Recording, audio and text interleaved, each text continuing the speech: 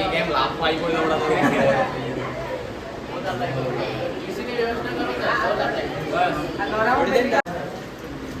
फटाफट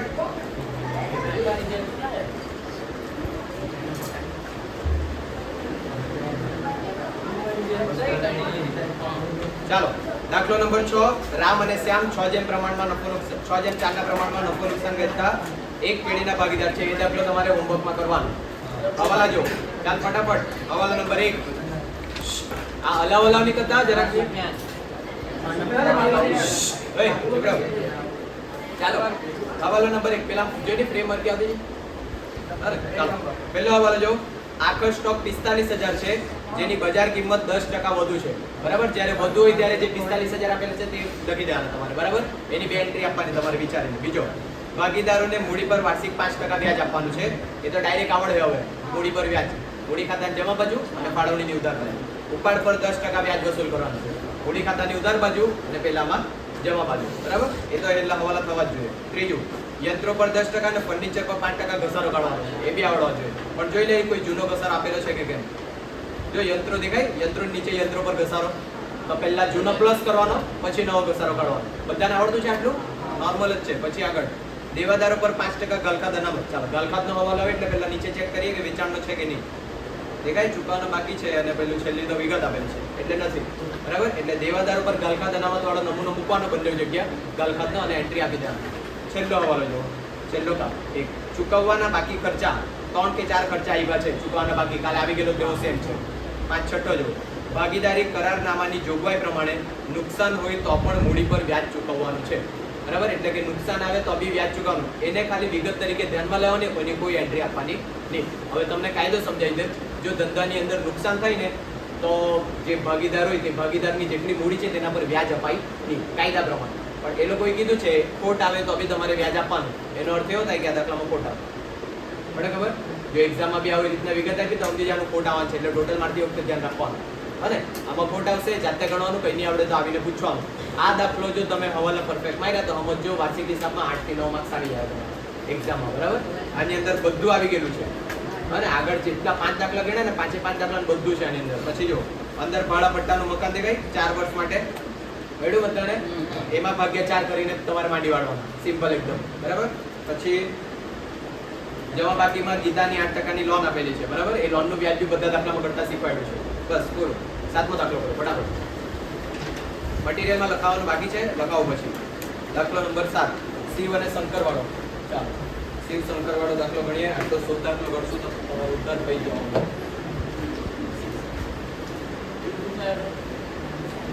ચાલો દાખલો ગણતી વખતે સૌથી પહેલા લીટી પાડી દેવાની. અમુક લોકો પછી ખોટી રકમ બોલતા છે અને જી હા કોઈનું નામ લેવાનું નથી પણ કહી દેવાનું. હવે સૌથી પહેલા જેમ મટીરિયલ તમારા એક્ઝામમાં બી પેપર હાથમાં આવે ને એટલે લીટી પાડી દેજો. નહીં તો વાંચે અહીંયા ને લખે નીચેની રકમ બરાબર ખોટું પડી જાય. ચાલો દાખલા શરૂઆત કરતી પહેલા જોઈ લેવાનું કે અંદર કોઈ નફો આપેલો છે કે નહીં. કોઈ જૂનો નફો વેપાર ખાતે નફા નુકસાન ખાતે એવો કોઈ આપેલો છે નથી આપેલો. નહીં આપેલો પાકું. આ નોટ કોઈ લઈ ગયેલો એની અંદરથી ટાકો કઈ જગ્યાએ પડી ગયેલું છે. કોઈને મળે તો મને કહેજો. અહીંયા લખવા લઈ ગયેલા હોય તેમ જ પડી ગયું.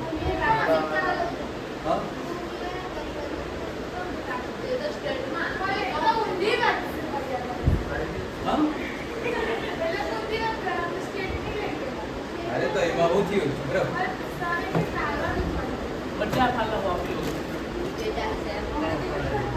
એમાં એક ટાકો હોવો જોઈએ.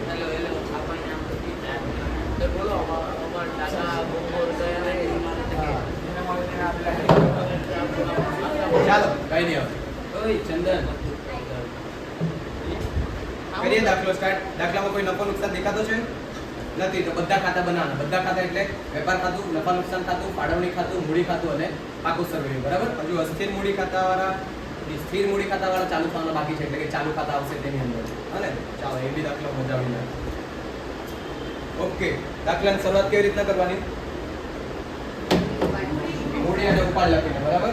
પહેલા તો ભાગીદારના મૂડી ખાતાની જમા બાજુ પર લખવાનું શરૂઆતની તારીખ 1/4/16 બાકી આગળ લાવ્યા લખાવો મૂડી બને 1,20,000 બરાબર 1,00,000 અને 1,20,000 છે. ઓકે ચાલો ઉપાડ લખતી વખતે શું ધ્યાનમાં રાખવાનું, જો તારીખ આપેલી હોય તો એન્ટ્રી આપવાની, તારીખ નહીં આપેલી હોય તો નહીં આપવાની. દેખાય કોઈ જગ્યા તારીખ નથી એટલે તારીખના ખાનામાં ડેશ, વિગતમાં લખીએ ઉપાડ ખાતે કેટલા 10,000 અને 20,000. ચાલો હવે હવાલાથી સ્ટાર્ટ કરીએ. હવાલા નંબર 1. આખા સ્ટોકની કિંમત 40,000 છે પરંતુ તેની બજાર કિંમત 20% ઓછી છે. હવે આખા સ્ટોક માટે યાદ રાખી લેજો, જો વધુ આપેલી હોય તો પેલી જે કિંમત આપેલી છે તે જ લખવાની, ઓછી એમ કીધેલી હોય તો ઘટાડેલી લખી દેવાની. ઘટાડોની કેટલા થાય? 20% ઓછા કરશું તો 32,000. 20% ઘટાડવાના 20 કેટલા આવવાના? 32,000. આખા સ્ટોકની બે એન્ટ્રી વેપાર ખાતાની જમા બાજુ વધે, મિલકત લેણા મળે. આ 32,000 અને આ મિલકત લેણામાં લખીએ આખા સ્ટોક 32,000. ચાલો આગળ હવાલો નંબર 2. પડે ખબર? જો આખા સ્ટોક સમજવું હોય તો જોઈ લો. પહેલા આખા સ્ટોક લખતો છે અહીંયા. પહેલા કિંમત કેટલી છે? 40,000. આ તમારી ચોપડે કિંમત બરાબર. એમાં કેટલો ઘટાડો? 20%. 20% એટલે 8,000 ઘટીને કેટલા થઈ જવાના?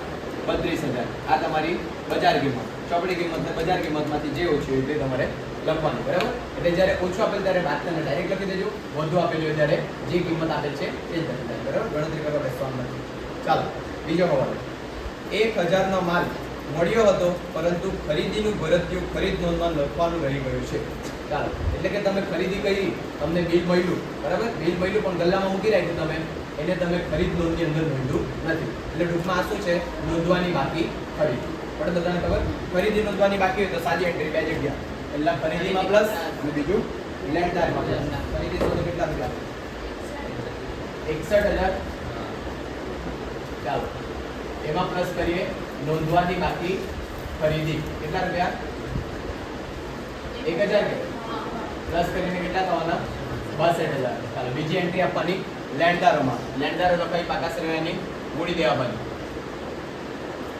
કેટલા લેણદારો? होता है कि नहीं होता है? 16,000. ચાલો 16,000 પ્લસ નોંધવાની બાકી ખરીદી કેટલા રૂપિયા? 1,000 પ્લસ કરીને કેટલા આવવાના?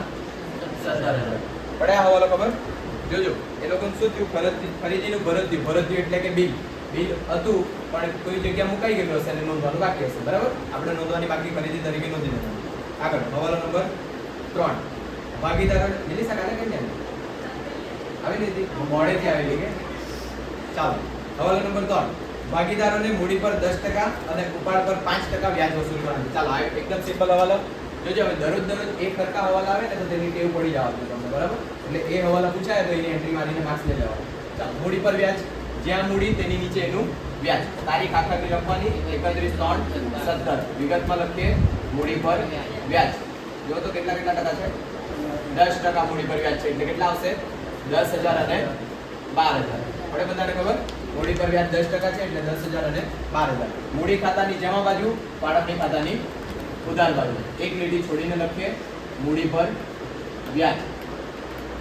બંને ભાગીદારના નામ શિવ અને શંકર. 10,000 અને 12,000 એટલે ટોટલ કેટલા થવાના? 22,000. આ દાખલા વ્યવસ્થિત શીખી લેજો. હજુ પ્રવેશ ને નિવૃત્તિ આવવાનું છે જેની અંદર આ બધા કાયદા કામ લાગે બરાબર. પ્રવેશ ને નિવૃત્તિની અંદર. ચાલો એના પછી ઉપાડ પર વ્યાજ બી સાથે જ છે ને. ઉપાડ પર વ્યાજ કેટલા ટકા આપવાનું છે? 5%. ચાલો જ્યાં ઉપાડ લખેલું તેની નીચે ઉપાડનું વ્યાજ. તારીખમાં આખરની તારીખ ની આવે હું ખાલી મૂડીમાં શરૂઆતની તારીખ, ઉપાડમાં તારીખ આપેલી હોય તો લખવાની, બાકી બધામાં છેલ્લી તારીખ બરાબર. ચાલો 31/3/17. કેટલા ટકા વ્યાજ? 5% એટલે 500 અને 1000 બરાબર. અહીંયા ઉધાર બાજુ, ફાળવણી ખાતાની જમા બાજુ. ઉપાડ પર વ્યાજ. બંને ભાગીદારનું નામ શિવ અને શંકર. શંકર જ લખાય. શિવના કેટલા? 500, શંકરના 1000 એટલે ટોટલ કેટલા થવાના? 1500. ચાલો આગળ નવો કેટલા જજો છે ને મૂડી પર વ્યાજ ને ઉપાડ પર વ્યાજ ને ઘસારો ગલખાત આ હેલા હેલા ને હવે એ જ છે બધાને. એ જ મેં પૂછાય તો આખો દાખલો બી ગણાય જાય કદાચ તમારો. અને કદાચ એકાદ હવાલો મૂકે, એકાદ હવાલામાં ભરીમાં કયો હવાલો લાગ્યો તમને અત્યાર સુધી? કે જે ભારી હવાલો લાગ્યો, એક ભાડા પટ્ટાનું મકાન જેમાં તારીખ વાળું આવેલું તે, એક પ્લાન્ટ યંત્રો વાળો જે ઘસારો ગયો તે, એ સિવાય બીજું કંઈ ભારી નથી લાગેલું, એવું લાગે બરાબર. એટલે એ જ મેં જોવાનું રહ્યું આ 7 દાખલા સુધી, એ બે જોઈ લેવાનું, બાકી દાખલાની પ્રેક્ટિસ કરી લેવાનું બરાબર. ચાલો આગળ. હવાલો નંબર 4, ગલખાત અનામત 3000 ની જોગવાઈ કરો તથા દેવાદાર પર વટાવ અનામત 10% લેખે રાખવાનું છે. ચાલો દેવાદાર પર વટાવ અનામત આવી ગયું છે એટલે આ વખતે શીખી લે બરાબર. પહેલા તો ગલખાતને લગતો હવાલો આવે તો નીચે ચેક કરવાનું કે વેચાણને લગતો હવાલો છે કે નહીં. છે પહેલી વખત આવ્યું છે પાછું, હે ને 11 માંથી આ વાક્ય દરરોજ રિપીટ કરું ને પહેલી વખત એવું આવ્યું. ઓકે નમ્રતા બરાબર ને, ખુશ થયા કરે નમ્રતા. ચાલો પાંચમો હવાલો જો. પહેલા શિવે 1000 નો માલ અને શંકરે 2000 નો માલ અંગત વપરાશ માટે લીધો હતો, તેની નોંધ ચોપડે ઉધાર વેચાણ તરીકે થઈ છે. પહેલી વખત આપણા કાયદાનો વપરાશ થવા જઈ રહ્યો છે બરાબર. ગલખાતનો હવાલો આપેલો હોય તો નીચે પહેલા વેચાણનો હવાલો ચેક કરવાનો, જો વેચાણનો હવાલો હોય તો પહેલા એની એન્ટ્રી આપવાની બરાબર. એટલે પહેલા કયો હવાલાની એન્ટ્રી આપીએ? પાંચમા હવાલા. પહેલા જો શું કીધેલું છે? શિવે 1000 નો માલ અને શંકરે 2000 નો માલ અંગત વપરાશ માટે લીધો હતો બરાબર. હવે પેલું પાનું માં મારે જોવાનું છે, પાનું તમે ઉડાન લઈ તો પાન જેવા એવું જ કરવા પડે. તારું કેવું જ માનવાનું પ્લીઝ? હા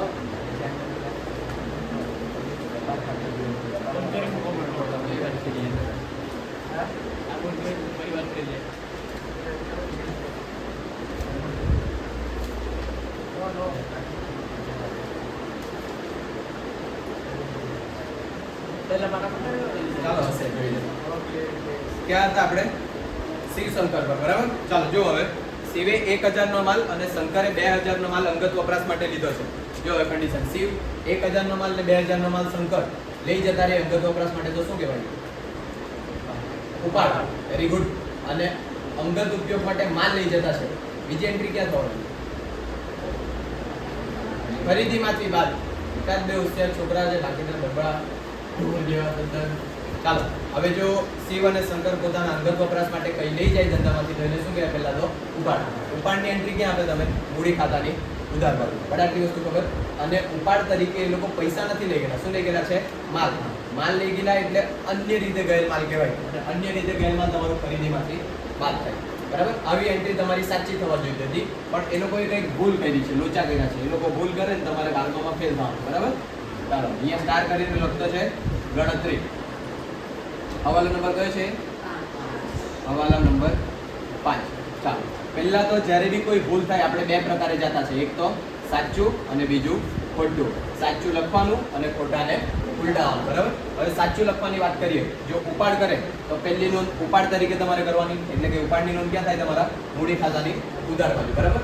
ઉપાડ તરીકે નોંધ કરવાની અને માલ લઈ ગયેલા છે એટલે બીજું ખરીદીમાંથી શું કરવાનું? માઇનસ.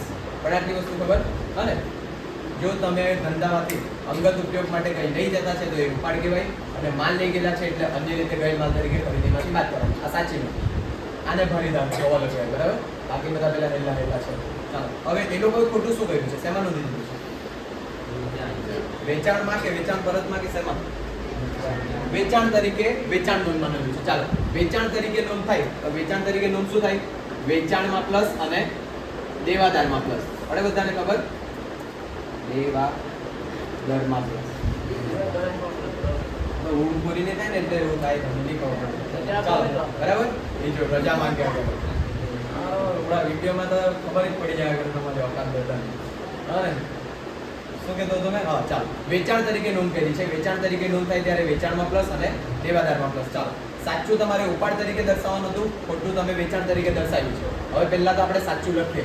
સાચું લખવામાં એટલે ઉપાડની એન્ટ્રી આપીએ. ઉપાડની એન્ટ્રી મૂડી ખાતાની ઉધાર બાજુ. અહીંયા લખીએ વિગતમાં ઉપાડ ખાતે. હવે જોજો ખાલી પહેલા ઉપાડ માટે તારીખ નક્કી નથી, તે બધી પછી બધાની અંદર તારીખ લખી જ દેવાની બરાબર. આ 31/3/17 ઉપાડ ખાતે. શિવે કેટલાનો ઉપાડ કર્યો? 1000 નો. અને શંકરે 2000 નો. એટલે ટોટલ કેટલા 1000 નો ઉપાડ થયો છે ધંધામાંથી? 3000 નો. આ તમે ઉપાડ તરીકે એન્ટ્રી કરી. કોઈને ગુચવાડ છે આટલામાં? અને પછી બીજી આપવાની ખરીદીમાંથી માઇનસ, એટલે 3000 નો માલ ગયો તમારો ધંધામાંથી. અન્ય રીતે ગયેલ માલ તરીકે અહીંયાથી વાત કરીએ. ઉપાડથી ગયેલ માલ કેટલો? 3000. હવે અહીંયા એક વસ્તુ ધ્યાન રાખજો, તમારા નમૂનામાં શું છે? પહેલા ખરીદી બાદ ખરીદ પરત બાદ અન્ય રીતે ગયેલ માલ છે. દાખલામાં ખરીદ પરત આપેલું બી હોઈ શકે. જો આપેલું છે ને આપેલું નથી, બરાબર. અને જો આપેલું હશે તો પહેલા અહીંયા તમારે ખરીદ પરત લખવા પડશે, પછી તમારે ઉપાડ પર ગયેલ માલ બાદ થશે. હા, એટલું ધ્યાન રાખજો. ચાલો આ 3000 બાદ કરીએ એટલે કેટલા આવવાના? 59,000, બરાબર. ખરીદ પરત આપેલું નથી, તમે કીધું એટલે મેં રકમ બહાર લખી દીધી, બરાબર. ચાલો આ તમારી સાચી એન્ટ્રી થઈ ગઈ. બધાને ખબર પડે આટલું? હવે ખોટાને ઉલટાવવાનું. ખોટાને ઉલટાવવાનું એટલે વેચાણમાં પ્લસ થયેલું છે તો આપણે શું કરી દે? માઈનસ. અને દેવાદારમાં બી પ્લસ થયેલું છે તો આપણે શું કરી દે? માઈનસ. ચાલો પહેલા વેચાણ શોધો. કેટલા રૂપિયા? 80,000. વેચાણ લખવાનું વેપાર ખાતાની જમા બાજુ 80,000. એમાંથી કરીએ માઈનસ. વિગતમાં લખવાનું ભૂલથી નોંધેલ ઉપાડ. શું લખવાનું? ભૂલથી નોંધેલ ઉપાડ. કેટલા રૂપિયા? 3,000 છે ને? માઈનસ કરીને 77,000. અને બીજી એન્ટ્રી દેવાદારોમાંથી માઈનસ. તો દેવાદારો કેટલા? દેવાદારો 30. એમાંથી માઈનસ કરીએ ભૂલથી નોંધેલ ઉપાડ 3,000. 17,000. ચાલો કઈ તો હવાલો ક્લિયર થાય બધાને? જો કોઈ ભૂલ થઈ હોય ને તો આવી રીતના જવાનું, સાચું લખી જવાનું ને ખોટું, સાચાની એન્ટ્રી આપવાની ને ખોટાને ઊંધું કરી દેવાનું. આગળ આવા હવાલાની પ્રેક્ટિસની જરૂર પડે. મૂડી પર વ્યાજ. હા, આ સારો સવાલ છે. ચાલો હવે અહીંયા જો પૂછ્યું, અહીંયા જોજો. મેં પૂછ્યું છે કે આ ઉપાડ જે અહીંયા આપણે લખ્યું તે ફાળવણી ખાતામાં કેમ નહીં નોંધ્યું એમ, બરાબર. આ હવાલાની આમ જેવા છે ને તમે જોજો હવે અહીંયા ઉપર લાકડી લઈને માર છોડા ને હમણાં બધાને.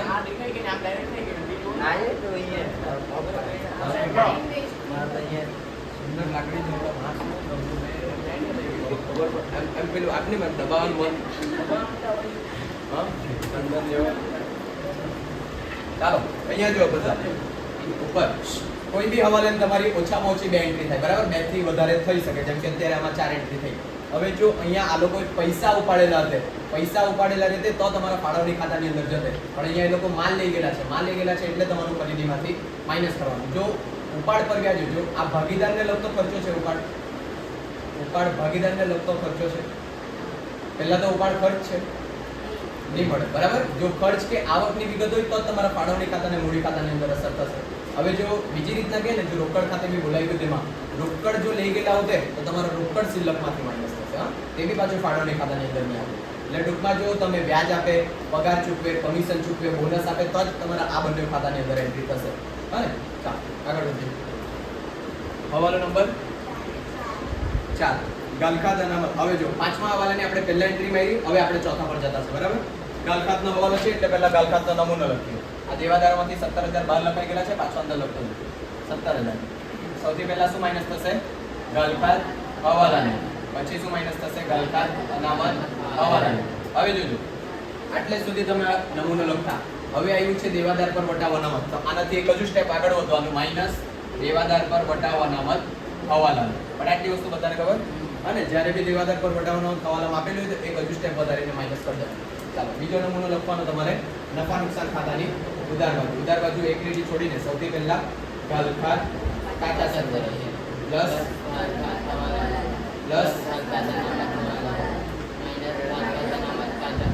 ગાલખાત અનામત કાચા સરવર.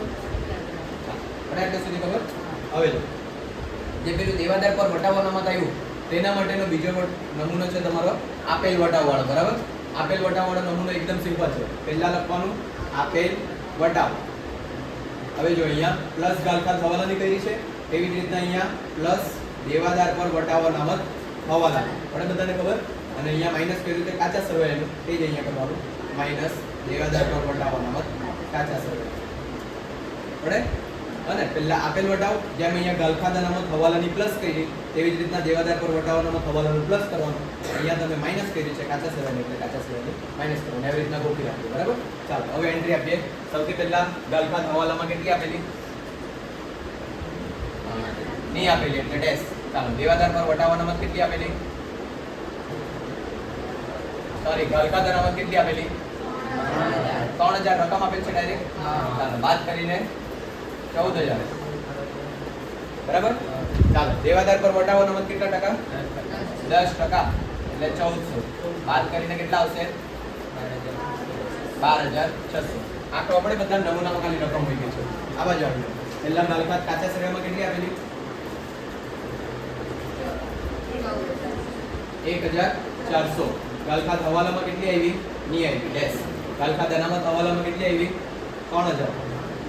બંનેનું ટોટલ મારશો એટલે 4400. ગાલખાત અનામત કાચા શ્રેણીમાં 6000. ચાલો દાખલા કે પાછી અહીંયા લખીએ 6000.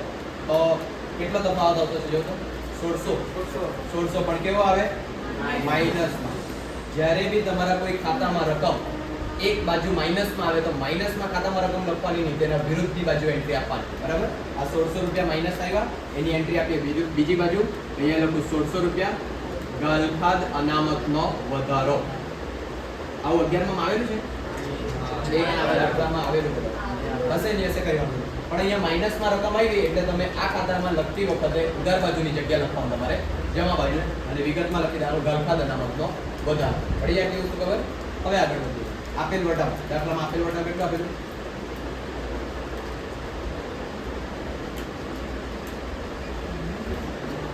નહીં આપેલું? હું વાત કરે જોઈ લેમ ને મને હું તમારા પર વિશ્વાસ નહીં નહીં મળે. ચાલો વિશ્વાસ કરી લેમ બીજી વખત. આપેલ વટાવ નહીં મળે એટલે આપણે શું કરીએ? ડેશ. દેવાદાર પર વટાવ અનામત હવાલા કેટલી આવી? 1400 રૂપિયા. ચાલો એના પછી દેવાદાર પર વટાવ અનામત કાચા શ્રેણી આપેલી છે? નહીં આપેલી. વટાવ અનામત બી લખેલું હોઈ શકે. હા કે વટાવી જ નહીં મળે કોઈ જગ્યા નહીં પણ. ચાલો એટલે આ બી કરીએ ડેશ. એટલે બાર ફાઇનલ રકમ કેટલી આવશે? ખાલી 1400. હવે વસ્તુ સમજો. આપેલ વટાવ વાળા નમૂનાને આ ગાલખાત વાળા નમૂના સાથે કઈ લાગે વળગે? એટલે અહીંયા 1600 માઈનસ માં આવ્યું તો અહીંયા પ્લસ માઈનસ કરવા લાગે એવું કઈ કરવાનું નહીં. આ રકમ બહાર નહીં લખવાની કેમ કે આ તો આવી માઈનસમાં. આની જગ્યા તમે બીજી બાજુ લખી દીધી. હા પ્લસ આવતો તો બહાર લખી દેવાની. વિચારની વસ્તુ પાછું કહી જાય જો કોઈ ખાતામાં કોઈ બાજુ રકમ માઈનસમાં આવે તો તમે એની એન્ટ્રી બીજી બાજુ આપી શકો. જેમ કે અહીંયા સમજાવું ને તમે આ ઉપાડથી ગયેલમાં 3000 તમે અહીંયા માઇનસ કર્યો જ્યારે કોલેજમાં એમ આવશે ને તો આ જ વસ્તુ તમે જમા બાજુ પર લખીને બી આન્સર લાવી શકો. અત્યારે 12માં છે ને એટલે તમારે એક્ઝેક્ટ આન્સર જોઈએ અને એના માટે તમારે આવી રીતના કરતા છે. કોલેજમાં બધું તમારા મગજ પર ચાલે વ્યવસ્થિત રીતના. ખરીદીમાંથી ખરીદ પરત બાદ કરવાની જગ્યાએ તમારે જમા બાજુ લખી દો. વેપાર ખાતું બનાવ્યા વગર કાચો નફો આવી આવું બધું થઈ જાય જાદુથી. બરાબર. પણ એ જાદુ તમને હમણાં નહીં આવે અને જેમ મેં તમને દર વખતે જાદુ બતાવું જાદુ જોવાનું હાડ જો કેલ્સી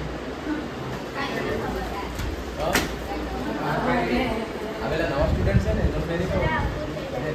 હા એ આ તો સ્ટોરેજ ખાલી કરી જાદુ કરે નવા લોકોને નહીં ખબર ને પેલા. ચાલો મનમાં કોઈ એક સંખ્યા ધરો એ કેલ્સી પર લખી દો.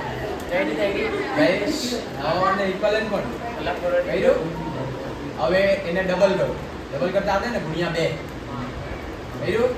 હવે એની અંદર 10 ઉમેરો. ઉમેર્યું. હવે એના ભાગ્યા 2 કરો. કર્યું.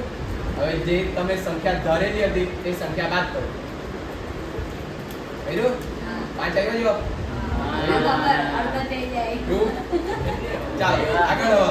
એ તો મેં સ્માર્ટ છે પણ મેં કોઈ સ્ક્રીન નહીં કોઈને. હવાલો નંબર 6. આ હવાલો ખબર પડી બધાને? એ જોઈએ કે જેટલો મારા ને કેવી રીતના આવે કે બધું જાદુ કીધું છે? હલાવ્યા કરે દેના જાનજી માટે બીજી વાત પૂછું. ચાલો હવે તો ગાલખાતનો હવાલો હતો સાથે દેવાદાર પર વટાવ અનામત આપેલી હતી એટલે અહીંયા દેવાદાર પર વટાવ અનામત માઈનસ કર્યું અને નવો નમૂનો તમારો લીધો આપેલ વટાવવાનો. બરાબર. નમૂના પ્રમાણે રકમ મૂકવાનું નમૂનો ગોખવાનો. છેલ્લો હવાલો ફટાફટ. હવાલો નંબર 6. ભાગીદારી કરારનામાની જોગવાઈ પ્રમાણે નુકસાન હોય તો પણ મૂડી પર વ્યાજ ચૂકવવાનું છે. આ એક વિગત છે. બરાબર. મેં તમને કીધું જો સાંભળજો. જ્યારે ધંધાની અંદર નુકસાન થાય તો મૂડી પર વ્યાજ નહીં અપાય એવો કાયદો છે. બરાબર. પણ અહીંયા કરાર એ લોકોએ પહેલાથી જ કરી દીધેલું છે કે નુકસાન થાય તો બી તમારે વ્યાજ આપવાનું છે. એનો અર્થ એવું કે નુકસાન જ થવાનું છે. ચાલો જે વસ્તુ બાકી રહે તેની એન્ટ્રી આપીએ ફટાફટ. વિડીયો બોલામાં થઈ ગયો. સૌથી પહેલા શરૂઆતનો સ્ટોક વધેલો છે ને વેપાર ખાતાની ઉધાર બાજુ લખીએ શરૂઆતનો સ્ટોક કેટલા રૂપિયા? 60,000. એના પછી આવક માલ ગાળા પડું વેપાર ખાતાની ઉધાર બાજુ આવક માલ ગાળા પડું કેટલા રૂપિયા? 20,000. ઓલાઈ ગયા લોકો નફા નુકસાન ખાતાની વેપાર ખાતાની ઉધાર. તોલાઈ એટલે શું ખબર ને? પેલું વજન કરે ને તેના પૈસા ચૂકવે તે. અહીંયા તમે વજન કરે શાકભાજી લેવા જાય ટામેટા, તો ત્યાં વજન કરવાના પૈસા નહીં ચૂકવે તમે, બરાબર? પણ મોટી મોટી જ્યાં કેરી ને ચીકુ વેચાતા હોય ને ત્યાં પહેલા ખાલી ટ્રક જાય તેનું વજન થાય, પછી કેરી ભરાય ચીકુ ભરાય તેનું વજન થાય, બંનેના વજનમાંથી ટ્રકનું વજન માઇનસ થાય અને પછી જે ફાઇનલ નેટ વેટ આવે, બરાબર? ગ્રોસ વેટ, પછી એમાંથી માઇનસ થાય પેલા વ્હીકલનું વેટ અને પછી નેટ વેટ આવે. તો એક વખત વજન કરવાના 50 થી 60 રૂપિયા લે. અને આ જે છે એમાં કાંટો ચાલતો હોય, દુકાનનો વ્યવહાર છે તો 50-60 રૂપિયા લઈને નહીં જાય, છેલ્લે હિસાબ કરે તો એ તોલાઈના 1000 રૂપિયા આવે. ઘણી વસ્તુ ખબર? ચાલ આગળ ફટાફટ. પ્રોવિડન્ટ ફંડ અને પ્રોવિડન્ટ ફંડમાં ફાળો. પાછું આવી ગયું ગભરાવાનું. પહેલા તો પ્રોવિડન્ટ ફંડ શું હોય તે સાંભળજો. પ્રોવિડન્ટ ફંડ એટલે તમે તમારા પપ્પા મમ્મીના મોઢાથી સાંભળેલું હોય પીએફ. અને પીએફ એટલે જો કોઈ કર્મચારી કંપનીમાં કામ કરતું હોય તો તેના પગારમાંથી થોડાક પૈસા કાપીને કંપનીવાળા પોતાના પાસે રાખી લે. અને જ્યારે તમે છૂટા પડવાના હોય, રિટાયર થવાના હોય તો તેટલા જ જેટલા પૈસા કાપેલા હોય તેટલા જ પૈસા ઉમેરીને તમને પાછા આપે. અથવા તો તમે વહેલું ઉપાડ કરી લઈ તો વ્યાજ પ્રમાણે, ટકાવારી પ્રમાણે તમને વ્યાજ આપતા હોય. ટૂંકમાં મેં કંપની છે, તમે જો કર્મચારી હોય, કર્મચારી તો સારા દરજ્જો છે, તમે મજૂર હોય, બરાબર? અને તમારા જે મેં પૈસા કાપી લીધેલા છે આવી રીતના પ્રોવિડન્ટ ફંડના, બરાબર? હવે એ પૈસા મેં કાપ્યા તો મારો નફો કહેવાય નહીં.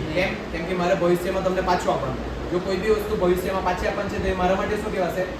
દેવું. શું કહેવાય વિકિસા? દેવું. ભવિષ્યમાં પાછું આપવાનું છે એટલે કહેવાય દેવું. દેવું હોય તો કઈ બાજુ લખાવવા જોઈએ? મૂડી દેવા બાજુ. એટલે પ્રોવિડન્ટ ફંડ તમારું મૂડી દેવા બાજુ લખવાનું. સો તો પ્રોવિડન્ટ ફંડની રકમ કેટલી કહેવાશે? એટલી 4000. જમા બાજુ વાળી રકમ લખવાની. હવે બીજી વસ્તુ, પ્રોવિડન્ટ ફંડમાં ફાળો. આ જે પ્રોવિડન્ટ ફંડ 4000 છે તે મારું દેવું છે. તે તમારા પાસેથી મેં પૈસા લીધા તે મારે તમને ચૂકવવા, બરાબર? એ દેવું થયું. બીજું, એ દેવાની અંદર તમારા 4000 મેં લીધા તો 4000 જ પાછા નહીં આપા, પોતાના પાસેથી બી થોડોક ફાળો તમને આપા. જો મેં પોતાના પાસેથી ફાળો આપું તો તે શું કહેવાય વિકિસા? મેં પોતાના પાસેથી જો તમને ફાળો આપું, વિશાખા નામમાં હું રાખેલું છે, મેં નજર તો તે બાજુ રાખી ગયેલું. અને ચાલો હવે જો પોતાના પાસેથી મેં થોડાક ફાળો ઉમેરતો છે તો એ મારા માટે શું કહેવાશે? એ મારા માટે શું કહેવાશે બાળકો? નુકસાન. કાલ સુધી જવાબ આપવાના હતા. હા ને? ચાલો એ નુકસાન તરીકે નફા નુકસાન ખાતાની ઉધાર બાજુ. પ્રોવિડન્ટ ફંડમાં ફાળો. કેટલા રૂપિયા? 1000. ચાલો આગળ ફટાફટ. બસ આટલું જ. બે આવતા પ્રોવિડન્ટ ફંડના રોકાણ અને તેનું વ્યાજ એ અત્યારે નથી આવી, આપશે ત્યારે આપશે. ચાલો ડેડ સ્ટોક. વેપાર ખાતું સ્ટોક છે એટલે મિલકતમાં જાજે. વેપાર ખાતો ક્યાં આવી લાગ્યો? હે ને? ચાલો ડેડ સ્ટોક કેટલા રૂપિયાનો? 22000. ડેડ સ્ટોક એટલે ધ્રુવીન મરી ગયેલો સ્ટોક નહીં. Very good. ઇલેક્ટ્રોનિક આઇટમ ને ડેડ સ્ટોક કે તમારા, બરાબર? 11મા ધોરણની અંદર આમનોંધમાં આવતું ઇલેક્ટ્રોનિક કાંટો વેચ્યો આમનોંધ લખો. અને ડેડ સ્ટોક ખાતે ઉધાર છે રોકડ ખાતે. ચાલો આગળ ફટાફટ. એટલે કોઈ બી સ્ટોક આવે ટૂંકમાં તમારે મિલકત દાણામાં લખી દેવાનો. હવે ખબર હોય કે ન. પગાર મજૂરી ક્યાં લખો? નફા નુકસાન ખાતાની ઉધાર બાજુ પગાર અને મજૂરી. પછી શિવની લોન. શિવાની લોન. શિવની લોન. શિવ ભાગીદાર છે, બરાબર? લોન આવે તો ભાગીદારના પેલા ખાતામાં નહીં લખવા લાગી જાય. લોન હોય તો મૂડી દેવામાં જ લખવાનું. શિવની લોન અહીંયા લખતો છે. કેટલા રૂપિયા? 20000. ચાલો હવે દરરોજ ગણતરી બતાવવા નહીં મળે. એની જ નીચે એનું વ્યાજ લખી દે. ચૂકવવાનું બાકી લોન વ્યાજ. વોટ પર જોજો. શિવની લોન કેટલા રૂપિયાની છે? 20000. અહીંયા કાઉન્સમાં જ ગણતરી બતાવતો છે. જો આ 20000 ગુણ્યા કેટલા ટકાની લોન છે? નહીં આપેલી. ચાલો પાછો આવ્યો. આ દાખલો એટલો બધો છે ને. જો કોઈ ભાગીદારની લોન નહીં આપેલી હોય, લોનનું વ્યાજ કેટલા ટકા આપવાનું? 6%. તમારે જ્યારે ચાલુ થયેલું હતું આ ચેપ્ટર ત્યારે જ મેં કીધું ભાગીદારની લોન પર હંમેશા 6% વ્યાજ આપવાનો કાયદો છે, બરાબર? એટલે અહીંયા બે 6%. 6/100 ગુણ્યા કેટલા માસનું થશે? 1/7/16 થી 31/17. કેટલા માસ? 9. એટલે 9/12. બરાબર? કેટલા આવે? 900 પૂરા. ચાલો બીજું, ચૂકવવાનું બાકી વ્યાજ એટલે નફા નુકસાન ખાતાની ઉધાર બાજુ 900 રૂપિયા ચૂકવવાનું બાકી વ્યાજ. આગળ મહાજન લાગો. મહાજન લાગો વેપાર ખાતાની ઉધાર બાજુ. અર્થ શું થાય મહાજન લાગો? જૂના ટાઈમમાં ઓય જૂના ટાઈમમાં છે ને જ્યારે સાહુકાર લોકો હતા ને, સાહુકાર બહુ પૈસાવાળા, તો એ સાહુકાર લોકો કંઈ બી ખરીદવા જાય ને તો તે લોકો પાસેથી એક્સ્ટ્રા પૈસા લે. એ મહાજન લાગે. સાહુકાર એટલે મારા જેવા નહીં, તમારા જેવા. એ તો કટોતીઓમાં જીવવા હોય, બરાબર? અને સાંભળજો, મહાજન લાગો જૂનો શબ્દ છે. તે જે સાહુકાર લોકો હતા, બહુ પૈસાવાળા, અપરંપાર અંધા પૈસા, તમારા જેમ સોનાની ચેન લટકાવીને નાકમાં બ્રેસલેટ પહેરીને ફરે, એવા લોકો પાસેથી ખરીદી પર, સાંભળજો, ખરીદી પર એક્સ્ટ્રા પૈસા લેવામાં આવતા, તેને કહેવાય મહાજન લાગો. ખરીદી પર લેવામાં આવતા, ખરીદીના ખર્ચા ક્યાં લખાય? તમારા વેપાર ખાતાની ઉધાર બાજુ. એટલે મહાજન લાગો અહીંયા લખવાનું, ધ્યાનમાં રાખજો. આ દાખલાની અંદર બહુ બધી વસ્તુ નવી નવી જેવી છે. કેટલા રૂપિયા? 2000. ચાલો આગળ. ફેક્ટરીનું મકાન ક્યાં લખું? મિલકત નાણા બાજુ. ફેક્ટરીનું મકાન કેટલા રૂપિયા? 1 લાખ. ચાલો, એના નીચે એનો ઘસારો, આમાં પ્લસ કરી દે ને. નહીં, ક્યાં લખું? નફા નુકસાન ખાતાની ઉધાર બાજુ, બરાબર? ચાલો પાછું કંઈક. ફેક્ટરીનું મકાન, જો કોઈ જૂની મિલકત આપેલી હોય, એનો નવો ઘસારો આપેલો હોય, તો નવો ઘસારો ગણતી પહેલા તમારે જૂનો ઘસારો પ્લસ કરીને પછી નવો ઘસારો ગણવાનો. પણ અહીંયા નવો ઘસારો આપેલો નથી, એટલે આની એક એન્ટ્રી આપવાની. ફેક્ટરીના મકાનનો ઘસારો. ઘસારો તમારા ધંધા માટેનો ખર્ચ છે, એટલે ખર્ચ તરીકે નફા નુકસાન ખાતાની ઉધાર બાજુ લખાય. પણ ફેક્ટરી એટલે ઉત્પાદનની અંદર આવી જાય, પડે ખબર? એટલે ક્યાં લખવાનું? વેપાર ખાતાની ઉધાર બાજુ. એટલે અહીંયા લખીએ ફેક્ટરીના મકાનનો ખાસ ચાલો. કેટલા રૂપિયા? 10,000. આગળ વધીએ. વીમા પ્રીમિયમ એ તો હવે આવી ગયું. ક્યાં લખવાનું? નફા નુકસાન ખાતાની ઉધાર બાજુ. અગાઉથી ચૂકવેલ વીમા પ્રીમિયમ, એમાંથી માઇનસ કરી દે ને. ક્યાં લખો? મિલકત લેણા બાજુ. અગાઉથી ચૂકવેલું એટલે લેણું. અગાઉથી ચૂકવેલ વીમો કેટલો? 50,000. ચાલો આગળ.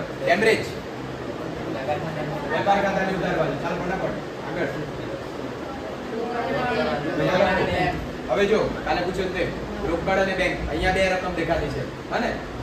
એ સાઈડ પૂછેલું કે પહેલા તો મિલકત બાજુ લખીએ રોકડ શિલ્લક કેટલા રૂપિયા? 6,000. અને મૂડી દેવા બાજુ લખીએ બેંક ઓવરડ્રાફ્ટ 18,000. ચાલો આગળ. હુંડીઓમાં મૂડી દેવા બાજુ દેવી હુંડી કેટલા રૂપિયા લખું? 14,000. અને મિલકત દેણા બાજુ લેણી હુંડી કેટલા રૂપિયા લખું? 30,000. ચાલો એના પછી બોલપેન બધું આગળ. ગ્રાહક અને વેપારી આવી ગયું. વ્યવસાય વેરો ક્યાં લખું?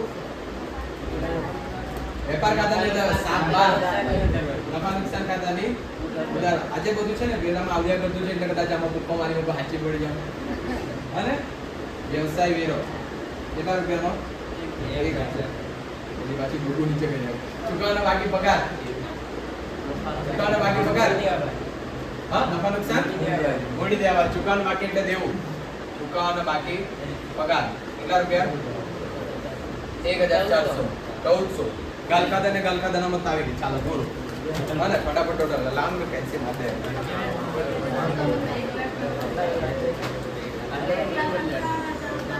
1,58,000 ઉધાર બાજુ. એકાદ હોશિયાર વિદ્યાર્થીને કીધું છે આપણને.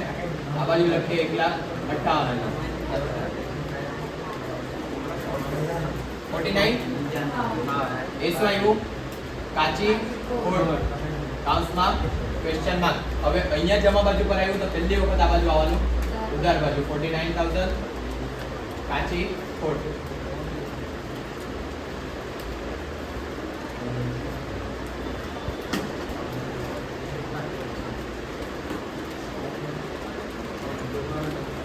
કેટલા આવ્યા? 66,500.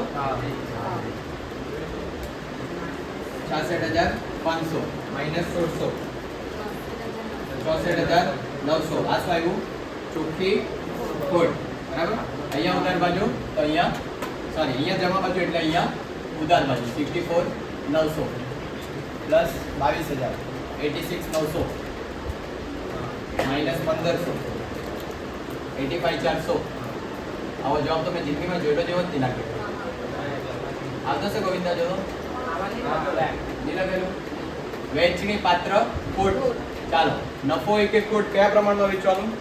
નફા નુકસાનના પ્રમાણમાં આપેલું છે. નફા નુકસાનનું પ્રમાણ સરખે હિસ્સે એવું ચોખ્ખું કીધેલું જ છે લોકો. બરાબર? સરખે હિસ્સે એટલે ભાગ્યા 2 કરો. 42,700 બંનેમાં લખશે 42 700. જોજો અહીંયા જમા બાજુ એટલે અહીંયા ઉધાર બાજુ 42 700 42 700. તમારું નુકસાન આવે કે નફો આવે, ભાગીદારનું તો જમા બાજુનું ટોટલ વધારે હશે.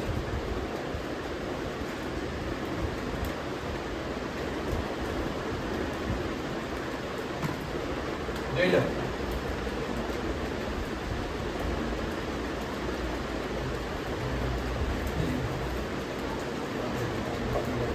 વાત કરીને જોજો ખોટું નહીં આવી જાય.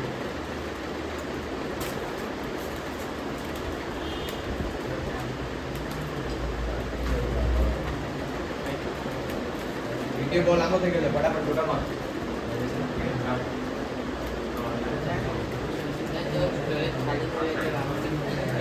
અરે પણ એડિટ નહીં થાય તો પછી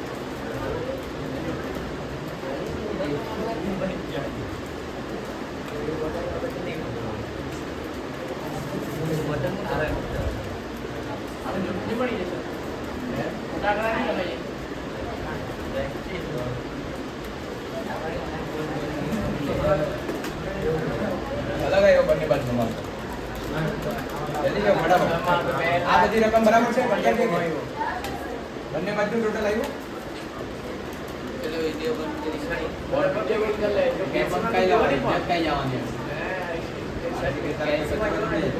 એક 97 400 આવ્યા આપણને.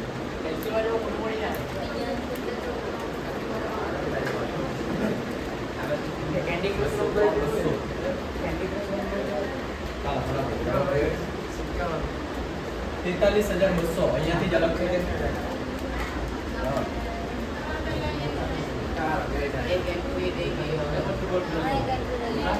કેમ્બ્રિજ ના પૈસા જેવો તો કેમ્બ્રિજ ના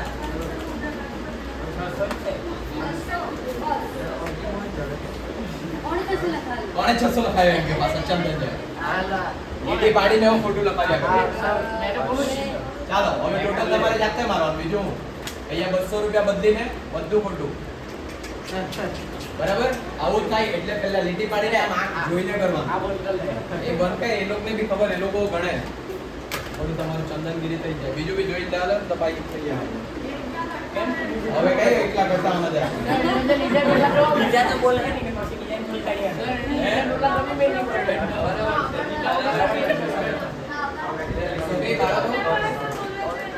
વાળા બોલવા જોઈએ નહીં. તમે બોલે કદાચ 200 બોલ્યા હોય, 600 સંભળાયેલું હોય, લખેલું હોય, તમે જોઈ નહીં અહીંયા કે કેટલા લખ્યા. બાકી બધું બરાબર છે, બીજામાં કઈ ભૂલ નહીં. હા બીજું બધું બરાબર પણ નફો બદલવાનો તમારે. ચાલો બાકી બધું બરાબર છે. ટોટલ ગેરથી મારી દેજો. બરાબર ટોટલ સાફ કરી દેજો. એટલે વિડીયો બંધ કેટલા મિનિટનો છે વિડીયો? કલાક નો થઈ ગયો.